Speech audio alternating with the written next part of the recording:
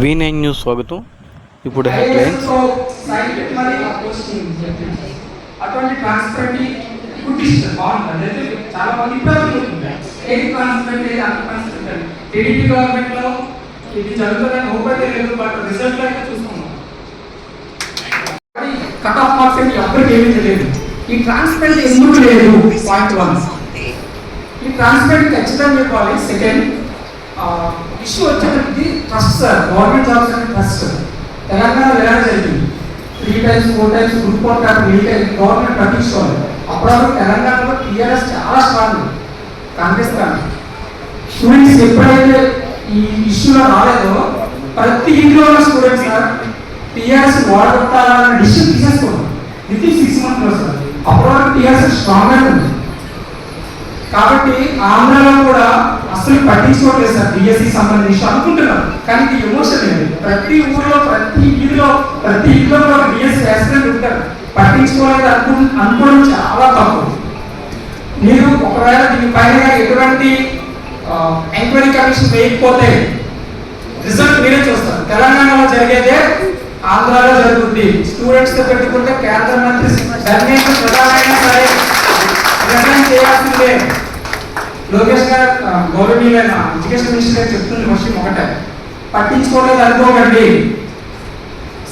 పట్టించుకోలేదు అనుకుంటే మీరు ఇక్కడ సీట్లో ఉండాల్సిన అవసరం కూడా లేదు. ఎందుకు భయపడుతున్నారు? మీరు ఎంక్వైరీ కమిషన్ ఎందుకు భయపడుతున్నారు?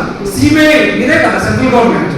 కొన్ని సిట్ కూడా మీరే కదా, అవి కూడా మీరు వేయలేదంటే వెరీ క్లియర్ మిస్టేక్ అనేది 100%. దీన్ని ఎంత బలంగా తీసుకువెళ్ళాలి? స్టూడెంట్స్ అందరూ జస్ట్ వాళ్ళకి ఇంజిన్ లేదు, ముందుకు వెళ్ళాలని ఇంజిన్ లేదు. ప్రతి ఒక్కరు పెరిగింది సార్, ఫస్ట్ కదా. ఇప్పుడు డిఎస్సి ఒకసారి నిర్దిష్టం నెంబర్ 1 ర్యాంక్ నాకు రాకపోతే నెక్స్ట్ ఇయర్ మళ్ళీ ఎలా స్టూడెంట్స్ అంతా ఎలా రాస్తారు? సో దీనిపైన క్లియర్ ఎంక్వైరీ కమిషన్ చేయాలి. దీనికి కంప్లీట్ బాధ్యత లోకేష్ గారు తీసుకోవాలి ఖచ్చితంగా. ఎందుకంటే is the education minister. So దీనిపైన మీరు ఎంక్వైరీ వేయాలి. వేయకపోతే క్లియర్ తెలంగాణలో జరిగేది అందులో జరగదు. అందులో స్టూడెంట్స్ పెట్టుకుంటే అందులో ఏ కన్ఫ్యూజన్ లేదు. ఎంత కాన్ఫిడెంట్ ఉండాలంటే 2019లో వైఎస్ఆర్సీపీ గవర్నమెంట్ వచ్చింది. యాక్చువల్గా నేను కూడా కంప్లీట్ రాస్తానంటే లాస్ట్ 3 years కూడా నేను ఎస్ఎస్సిని 75 వరకు వెళ్ళొచ్చానమాట. ఈ డిఎస్సి కాంపిటీషన్స్ కూడా నేను ఎగ్జామ్ రాసి అటెంప్ట్ చేసుకున్నా. యాక్చువల్గా సిచ్యువేషన్ అంటే ఫైనల్ బేసిస్ నాకు 0.25లో 2023లో కాలేజ్ రాలేదు. 2024లో 2 marks కాలేజ్ రాలేదు. 2025లో మొత్తం మెడికల్ కంప్లీట్ అయిన తర్వాత అక్కడ కూడా కాలేజ్ రాలేదు. అలాగే 2025లో ఏదైతే మన మాజీ ముఖ్యమంత్రిగా ఉన్నారు వైఎస్ జగన్మోహన్ రెడ్డి గారు తీసుకున్న ఏపీ కానిస్టేబుల్లో దాంట్లో కూడా ఫైనల్ లో కూడా నాకు పేరు రాలేదు. ఇప్పుడు కూడా కాంపిటేటివ్ ఇస్తున్నాను ఆస్పిరెంట్ నేను కూడా. ఏంటంటే పాజిటివ్ చెప్పాలన్నమాట.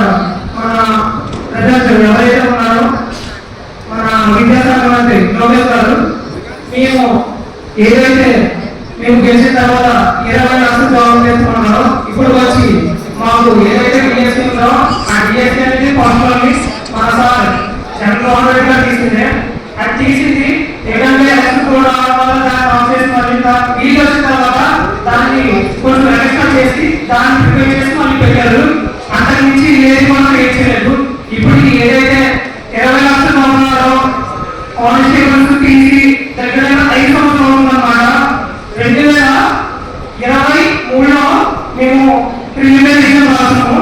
2028లో ఫైనల్ టెస్ట్ వచ్చిందన్నమాట. ఆ ఫైనల్ టెస్ట్ వచ్చిన తర్వాత 6 months తర్వాత తీసారన్నమాట వాళ్ళకి డిసైడ్ అయింది. ఇప్పుడు కూడా వాళ్ళు ఎవరు కూడా ఏ పోస్ట్ ఎక్కడ కూడా ప్రిపేర్ చేయలేదు అన్నమాట. రీసెంట్ గా వాళ్ళని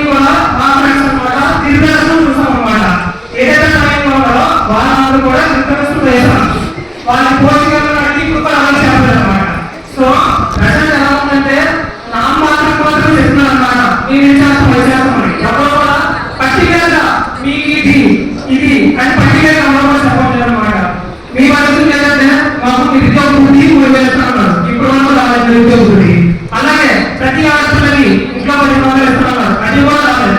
అలాగే సరైన ఇప్పుడు మాకు ఏం చెప్పాలంటే మేము గెలిచిన కొన్ని నెలలో మళ్ళీ కూడా కాన్స్టిట్యూట్ చేస్తున్నాం. ఇప్పుడు వరకు వచ్చి కాన్స్టిట్యూట్ నోటిఫికేషన్ లేదు. ఈ మాకు 15 కాన్స్టిట్యూట్ నోటిఫికేషన్ మాకు కన్ఫర్మ్ చేస్తామని చెప్పారు అనమాట. అది కూడా లేదు అనమాట.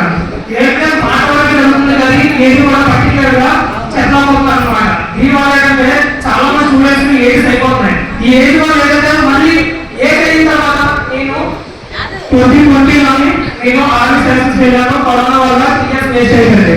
దాని తర్వాత నాకు వచ్చేటప్పుడు 23 డైరెక్ట్లోనే నేను ఫైనల్ వెయిటింగ్ క్లియర్ చేశాను.